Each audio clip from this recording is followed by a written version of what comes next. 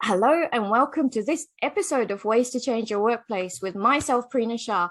And I'm really excited to introduce you to Ro Gorell today, who I'm going to be speaking with about the topic of how effective is group and team coaching. Now, I'd like to do a personal introduction to Ro because I have a story and a half. In my corporate days, Ro, I was working as an organisational development manager and focusing on all things change management. And I heard about this thing called team coaching and group coaching long ago. And Ro is based in Perth in Western Australia, which is where I am. And I came across your name. I don't even know how, Ro. Years ago. So Really? I have been fangirling over Ro for years and years. And then once I started my own business, I was at a networking event. And guess who was there? Ro. And I spoke to Ro, and that was a few years ago. And we have been friends, business associates, and just supporters of each other. Yeah. Ro is beautiful. Ro, I want to do a little bit of an introduction to you, and then I just want to hand over to you. So in terms of introducing Ro Gorell is the founder of Grow Talent, dedicated to creating great culture through coaching, and Ro's director of Change Optimize. Group coaching and change management are two wonderful things that Ro does. Ro has an international consultancy supporting leaders to navigate transformational change. It really is about transformational change. Ro specializes in organizational change, team coaching, and helping organizations through rapid and continuous change, which is the state of the world at the moment, Ro. Absolutely, yeah. And Ro supports clients globally, I believe, also. And one of the other wonderful things about how small Perth is that I was supporting a client on a leadership development program last year through group coaching itself. And I asked for slides of the participants who had done leadership development coaching first off. So you do a leadership development coaching module first, and then you do the group coaching with me for that deep dive. And hey, guess who was giving the leadership development module on change management? I think it was Ro, wasn't it? So Yes. Ro, we continue to cross paths. So it's only meant to be that we talk with each other through the form of a podcast as well. Welcome. Thank you. Thank you very much indeed for that very kind introduction. My pleasure. Ro, do you want to introduce yourself and tell us what you do, how you got to where you are, and most importantly, why you do it, please? Okay, so what I do is a bit of sort of magic, I guess, in terms of creativity. So obviously it's called team, group coaching, change management.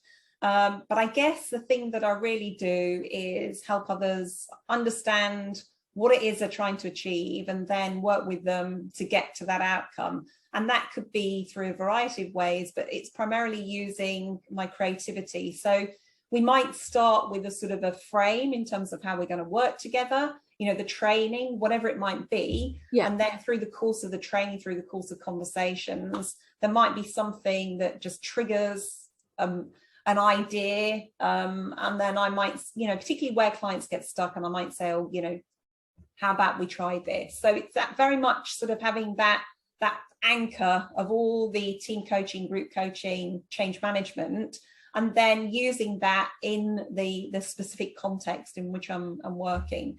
So that's a little bit about what I do and how I do it. Why do I do it? I guess why I do it is many years ago, I started work in a factory. So after leaving university, it was during the 80s when there was a recession on in the UK. Yeah. And I needed to earn some money. So I started working in a factory, and I loved it working there. They're just brilliant people. And I just loved the activities that we got involved in, because it was making things with your hands. But the best thing about it was, the best thing about it was that it was all about getting to know the people in the factory, becoming friends with them, watching how everybody worked, watching how the leaders in the organization worked. And I just thought, this really is not a great environment for the people working here. And the way that the leaders are leading this team, because it was a small family run business, is maybe not the best way to get the best out of people. And so I kind of went down that route and sort of spent a year working in a museum after that. And I thought, do you know what? I really want to help people in organisations. So I went into HR thinking that that would be the answer, which clearly it wasn't, because that's mainly about the sort of the contract and making sure that people follow the rules and all that kind of stuff. And it's very constraining from I found it constraining from a creativity point of view. So I moved out of that into a business improvement role, which I really loved, because that is about helping the organisation develop. It's about helping individuals work out better ways of doing business. So everything I do is all about making the workplace a better place for people and bringing out everybody's talents. Yeah, because we've all got talents, but they don't always get recognised in organisations because we have these stupid policies that is about talent management that focuses on the top 10 or whatever %. And that to me doesn't honour the skills and abilities of everybody, regardless of what role they do in the organisation. Everybody is contributing to the profit and loss of that business.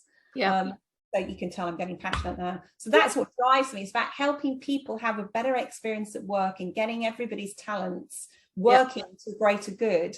And that might sound a bit sort of, grand and aspirational, but that's really what drives me, is because I really do believe that everybody makes a contribution. I want everybody to be recognized for that contribution. So that's why I do what I do. 100%. Thank you so much, Ro. I was writing as you were talking, and you've said a fair few things as well.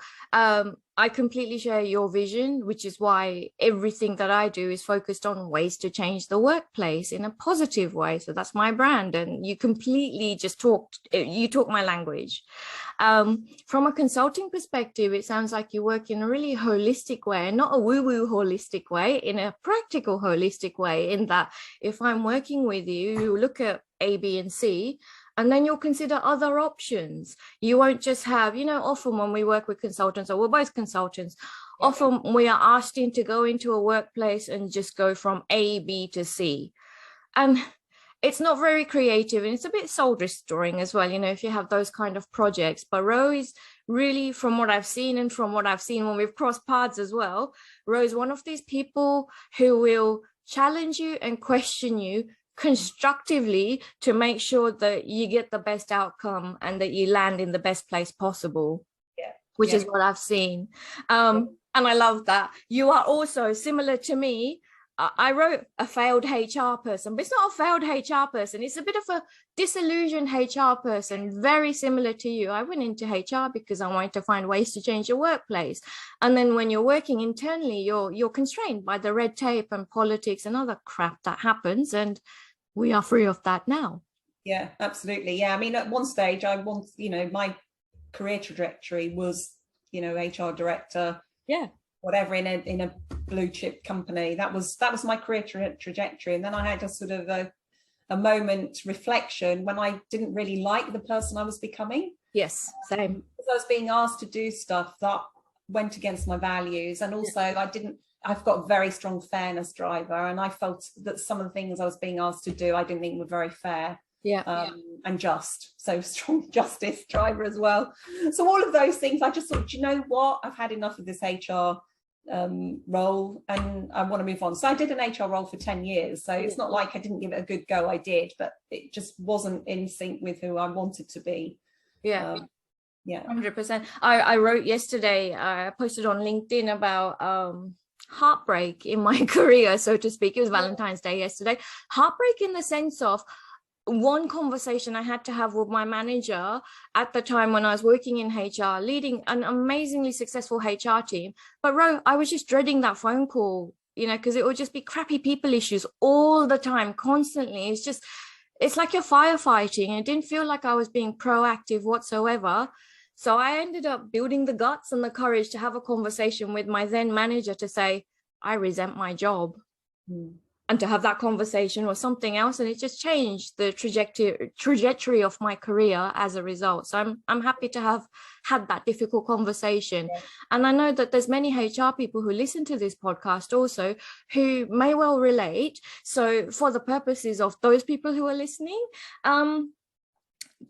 this podcast is about finding ways to change your workplace. So yes, you might have your red tape, you might be limited with whatever, but you still can be creative in your role. And that's what we're going to share with you. So Ro is a multi-author. You have written many books, one of which I have.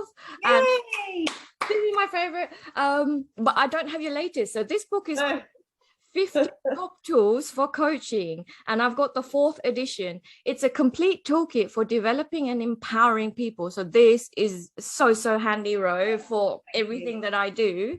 Yeah, so that was written with Gillian Jones, my co-author. So we've written a couple of books together. That's cool.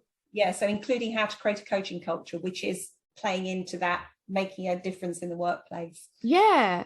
And today I want to talk to Ro about how effective is group and team coaching. And Ro, do you want to tell us about your latest book first off? I would love to.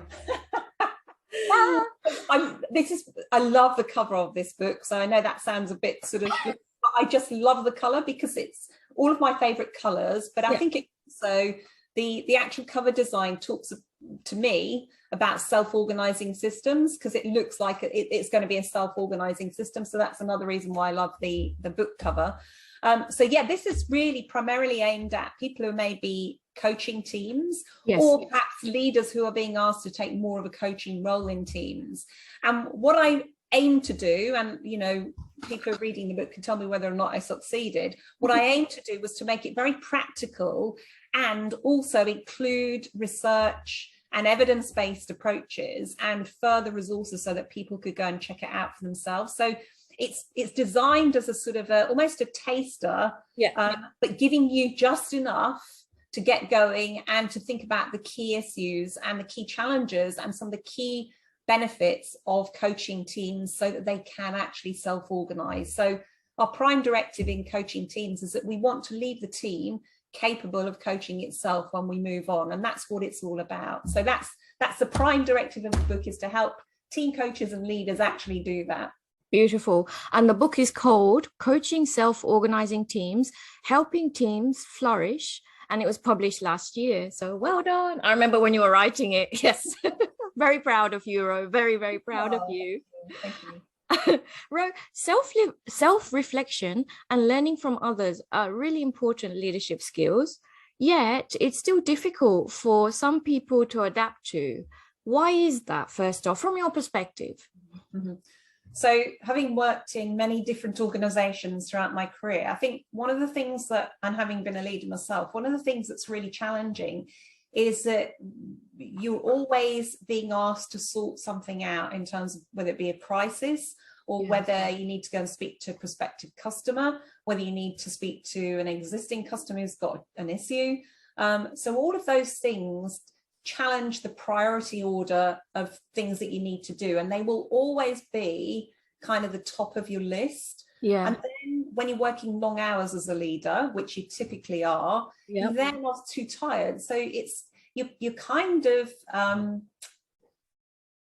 trying to work with all of those challenges, and you maybe haven't got enough space in your head then to do the reflection. One of the habits I created in my last big corporate role, which was back in the UK, was most mornings I would have this routine where I would get into work, I would switch on my computer. It would then take about half an hour to go through all the security protocols because we had so many to make sure that we weren't getting any viruses coming in and what have you. So I would switch on my computer, let it do its stuff, and then I would go down to the restaurant to get a coffee. And in the space of doing that, I then would be thinking through my day. And then typically I would sit in the canteen, or restaurant is a posh word, with my notebook, and I love to draw and I love to write notes and just think through some of the things that the organization was challenged with and I was challenged with in my role. And typically that would also mean that people would come by and have a chat with you. So you'd have that reflection time, and then you'd also have that connection time. So I think you've got to do both as a leader. You've got to reflect and you've got to connect with people in the organization. And I love that, because then I found out stuff that was going on, because, you know, as you get connection, people trust you. And you want to be trustworthy. So that was one of the habits that I used a lot in my biggest corporate role in the UK. And I did try that here when I first moved here and did another role here. And that worked to a certain extent, but I don't know what it was. The environment didn't seem to lend itself, or maybe it was just my perspective on the environment. But that certainly worked for me in my previous corporate role. That reflection, creating a habit, and then giving time as well to connect with people. Because as a leader, if you're not connecting with people, people won't want to follow you. And without followers, you're not a leader, are you? So 100%, absolutely. So it's really interesting that you say that. I tried exactly that on Monday mornings and it didn't quite work for me, just because I don't know, the work culture in Australia might be a little bit different. So then I changed it to Friday afternoons, and I allowed myself balcony time or strategic thinking time out to self-coach, which is how eventually my self-coaching journals that I published last year came into play, because it really worked for me. Then I started to apply it to my coachees, and then, you know, it gets embedded into the way that you operate every single week. exactly. I do it for my own business now every Friday afternoon. That's it. I have to do it. It's a bit of a brain dump, isn't it, as well? Rather than taking stuff into the weekend in your head, have that time to strategically think and to self-coach or self-reflect, and then go on and be merry and have a lovely weekend. I find for me, writing stuff down out of my brain and onto paper, then it's there. I've done it. Yeah. Absolutely agree. Yeah, I have loads of notebooks. Obviously, being a writer, of course I would, but I have to write stuff down. Also, it helps me remember stuff as well. I agree. Yeah, exactly so. Now, in relation to group and team coaching, this is it's not a new thing, but it is a new thing to people who don't know about it, Ro. So you and I have been talking about it for a long time, and actually doing it for our clients for a long time as well. But for those who don't know, like basic 101 level, what is group coaching? What is team coaching, Ro? So let's get it down to two distinct things. So group coaching is where you've got a collection of individuals who are working interconnectedly, so they're not sharing a task, and they don't actually need to work together, but they're forming a learning team. So for the purposes of group coaching, they become a learning team. And that could be, for example, people who report to the same manager, but there's no reason for those group of individuals to be working together. And often they're called a team, but they're not. And then the team is where all of their activities are interrelated. They're relying on each other, and they're accountable to each other. And so you're coaching them how to work together more effectively to get stuff done, make decisions, and basically learn how to collaborate. So that's the difference between the two. And to a certain degree, both of them are learning teams. But I would say that the team is definitely more of learning about how they work together, whereas the group team is more about how they learn to learn. It does. So let's talk about group coaching and the benefits of group coaching, Ro. So the benefits of group coaching have been outlined in many books, starting, I guess, if you go back to I think it was the 1960s, Napoleon Hill. I think it was How to Win Friends and Influence People, or something like that. I can't remember the exact title of the book now. But he talks about the mastermind set, which was created by Andrew Carnegie, one of the well-known entrepreneurs, and how he would collect different people together with different skill sets and use them as a mastermind group to essentially to help him. But that's kind of one of the sort of the threads of where group coaching came in. And there are obviously things in the business improvement arena like lean, like quality circles, which is all about that sort of group coaching, although obviously they're more of a team in that sense. So that's kind of where group coaching came from. And the benefit is that you do get all the power of those brains working together. And Reg Revens was one of the fantastic sort of organizational psychologist, development guys in the 1960s. And he created something called a concept action learning sets, which you will definitely be familiar with. And that concept of the mastermind group then was used in those action learning sets. People would come with a problem or a challenge or an opportunity that they wanted to workshop with others. And the other people in the learning set would then put them in the hot seat and they would then ask them about what the situation is, give them thoughts, ask them further questions, and come up with some suggestions, which the person in the learning hot seat would then take on without qualifying and judging. Yeah. And then they could go away and work out, okay, what's going to work for me based on what those minds in the room have actually come up with. So that's the benefit of the group coaching, is that you get all of those minds working together, and you're going to get, the more diverse the group is, the better, because you get more ideas and different perspectives on the same problem. So it's about that Johari window where you can't necessarily see the stuff that's blind to you. Yeah. So the team scenario, obviously you've got that, plus where the team is working together on a shared objective and shared tasks. Yeah. Work out how are they going to work together to produce that outcome. And so the benefits of that is that obviously, again, you've got that diversity of thinking. Yeah. You've also got that ability to learn how you collaborate around things like conflict, how you actually prioritize tasks, how you understand role clarity, all those kind of things, which are learned skills, that benefit the team. They also benefit the stakeholders. Yeah. Also means that the organization, in my view, is creating that learning organization, because those skills can then be the word I think of is proselytized, which is a big fancy word for spreading news out into the rest of the organization. So you get a self-perpetuating system by teams getting coached and then coaching other teams and so forth and so on. And there are organizations who already do this really well, like Bertsorg.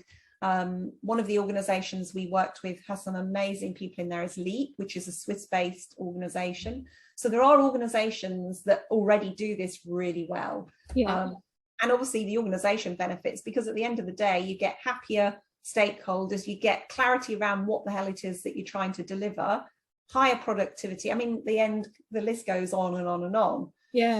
The cost benefit analysis is just fantastic for it, because you're coaching from a group perspective. Ro, in relation to group coaching, I've got a practical example. I remember when I was working in my corporate last ever role, and we delivered a leadership development program, as you do every year or every 2 years. They're usually vanilla, and I really wasn't feeling it. This was near the end of my career, and I was thinking, okay, let's just push as many buttons as I can to see how creative I can get. So with this leadership development program, my last ever one, what we ended up doing, and the organization, the executive accepted it, is having two things for these leaders. So senior managers who got that leadership development, your top talent. And what we did was we had group coaching for them. So there were all of these different brains in the room who'd get together every so often, and we gave them action learning projects which were set by the executive in real life, real time issues which were faced by that workforce that I was in. So they were working on real tangible definite problems. At the end of their leadership development program, yes, they got the bum on seat kind of training, but then in addition to that, they built relationships with each other. They got to know each other more. So they broke silos. They're still keeping in touch with each other today. When I walk around Perth, especially near that suburb, I see these people having coffees with each other and maintaining that relationship.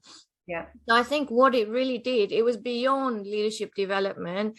It helped develop the organizational culture. Really.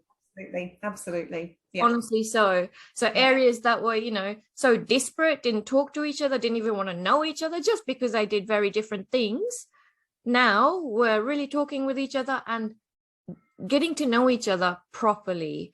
So that was beautiful. Great example. Love it. I've had lots of queries lately, especially this year and actually end of last year, about team coaching. And one thing I'm finding from my business's perspective, and I want to ask you this as well, is that the proactive teams are really focusing on their team brand, who they stand for, what value they give to the internal organization, and what value they give to the external stakeholders as well. without defining that, teams just scurry around, you know, in a lockdown, out of a lockdown, or whatever is happening within the world. So it may not even be pandemic time. You know, we always have, like you said, these fires that we constantly have to put out as teams.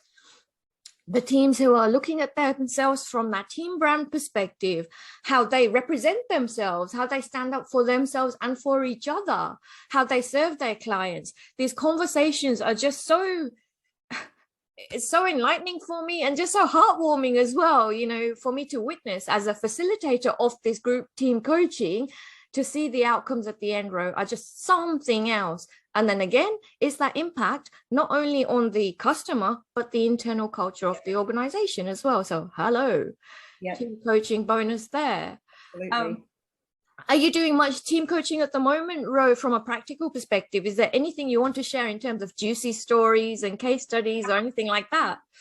So I think just picking up on that example you gave there, one of the teams that I've worked with recently, that identity was really important. If you think about who we are as individuals, our identity and how we ascribe that identity is really important, isn't it? Because that then generates our self-worth, self-esteem and self-perspective. So, and that's the same with teams. So if a team is really working well together, they will have an identity as a team. And I'm guessing, for me, one of the key tenets of whether or not a team is successful is how they identify. Do they identify as a team? And is the team important to them? Or do they identify as an individual within a team? And this team that I work with, at the start of the journey, that self-identity piece was really important. And it was brilliant to see how they developed that. And they definitely did have an identity, which probably, because they were quite newly formed, it probably wasn't as obvious to them. But certainly coming in from the outside, you could kind of see. And it was kind of, it was almost like two sections within the team. And it was nice to see the team starting to merge together as one team. Yeah. And that's when, you know, it's like, you know, you go into battle for your team. You know, if somebody says something about your team colleague, you know, you go to protect, because you've got that sense of identity and belonging. And that's the real test of a team. Obviously, the downside to that is that can sometimes be quite challenging for new members coming into the team. Yes. Okay. And also for the organisation working with the team as well. Right. So you kind of that balancing act, understanding that, you know, when you welcome new people into the team, it's a new team. Yes. You've got to start that process of gaining that identity all over again, because you are now a different team from the one that you were. And I was having a conversation with somebody a couple of weeks ago about this, because few members of the team have moved on and new members are coming in, and then one of the team members was saying, but it will be the same, and they were going, no, it won't be the same. No. What new people, so we've got to create that identity and that bonding all over again, because we've got different, it's a different dynamic.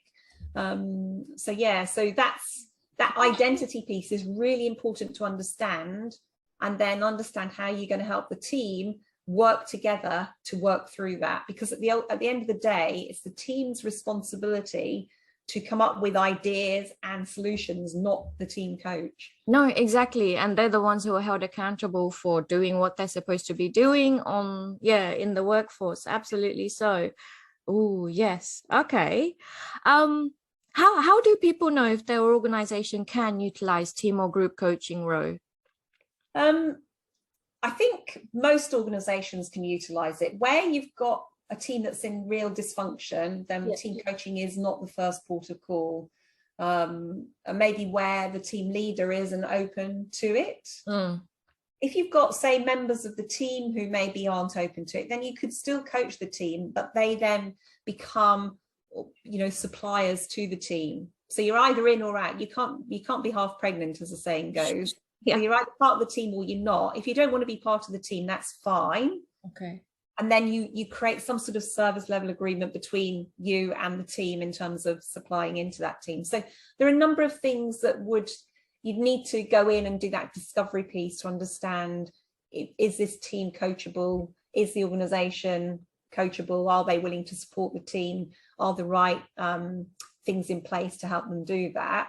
But most organisations, to be fair, can be coachable. It's those, it's those red warning lights around dysfunction and willingness. So I had a couple of years ago, I did a talk called Ready, Willing, and Able about coaching cultures, and the same applies to team coaching, that the team, the organization have got to be ready, they've got to be willing, and they've got to be able. In other words, they've got to have the resources for them to be supported to actually go through the team coaching journey. Perfect. And I've actually seen, Ro, renegades out there who I love, renegades out there who are trying this with a little program that they're piloting first off in the form of group coaching, which, I did last year. Then I learned that you were one of the trainers also. And I'm so proud of that client for running with that pilot, because it was brilliant. Very proud. And then I'm seeing some leaders who are really seeing the impact of their team and on their team of the lack of having an identity and a brand. And the renegade managers are thinking, nah, I need to do something different and actually focus on my whole team rather than, the elite or the high potential of the team. And that has just been a whole game changer for the people who I am supporting from that perspective, because now, hey, we're all on the same level, because we're dealing with hierarchies. The larger the organization, the worse the hierarchy, generally speaking, it is. So from a team coaching perspective, it just puts everyone at that same level. So one of the things I do, and, it's really important, as you said also, Ro, that first conversation has to be, are you ready, willing, and able? Brilliant. And then what are our ground rules? Yeah. Really important. So creating that psychological safety, as we would do in a one-to-one coaching situation as well, and building the rapport, not only with each individuals as us, as that team facilitator, but then for themselves to deal with whatever crap has happened historically. Yeah. You have to get to a point where you draw a line in the sand and you're ready to move on and work on yourselves going forward. Yeah, absolutely. Okay. Are there any other practical tips you have, Ro? You've shared lots with us already. I would say if you're going into to coach a team, that you need to have some skills and tools in your toolkit. Yes. I'd say probably the key, and I talk about this a lot in my group coaching book, and I also revisit it in the self-organizing teams book as well, is that ability as a coach to put your own ego outside in the passageway rather than bring it into the room. Yeah. Because every time you coach a team, every time, whether it's a group or a team or individuals, you are role modeling for them what it is that you're actually coaching them in. Yeah. So if you yourself can't actually put your own ego out of it, then it's going to be pretty hard for the team to do the same, because they will pick up on the nuances that you don't even know that you're giving out. Yeah. So I would say whenever you go into a room, whether it's consulting, whatever it is, yes, you need to be able to demonstrate your expertise, but you also need to be able to demonstrate, and you also need to be able to demonstrate that humility. Yeah. So curiosity. I think if you've got curiosity, then you're automatically going to be putting yourself into that beginner's mind, which then helps the team be curious. So, when they're faced with a challenge, when they're faced with a bit of conflict, it's like, hang on a minute, let's just reflect what's happening here. Let's just pause and understand what is really going on here. And then the conversation emerges, and obviously whatever that conversation is whatever the conversation is. And then you as the team coach need to be able to help them navigate through that conversation. And sometimes it will feel uncomfortable, by the way. So again, you've got to feel comfortable being uncomfortable. Yeah. Because if you aren't, then you can't expect the team to be. No. Oh my gosh.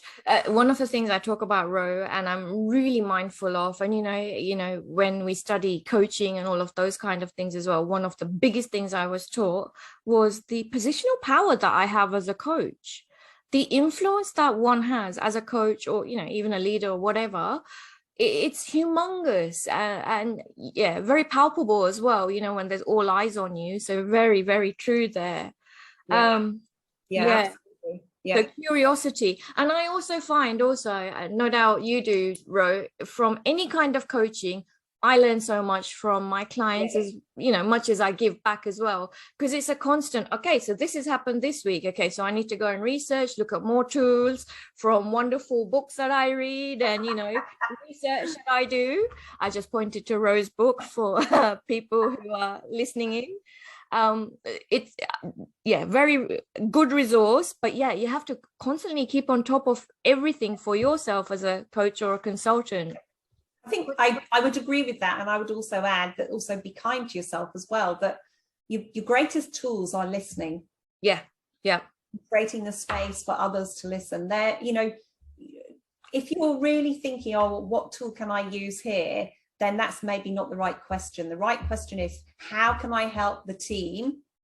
Given where we're at, how can I help the team by being a resource for the team in the way that's going to be helpful to them? And sometimes that might be a question like, okay, so how can I help you here in this moment? Or what is it that you need from me to help you as a team? Yeah. A big open question. Yeah, absolutely. And then that talks to active listening. It talks to mindfulness and being present and all of the good stuff that you're supposed to be as a coach, consultant, all of the above. Good. I think, we can talk about so much. I think that's another podcast conversation. Positional power that a coach has. Oh, yes, definitely. Yes. Lots to consider there. Ro, I've got one final question for you, which I ask everyone. If I was to give you a magic wand, what is one way that you would change the way of the workplace, Ro?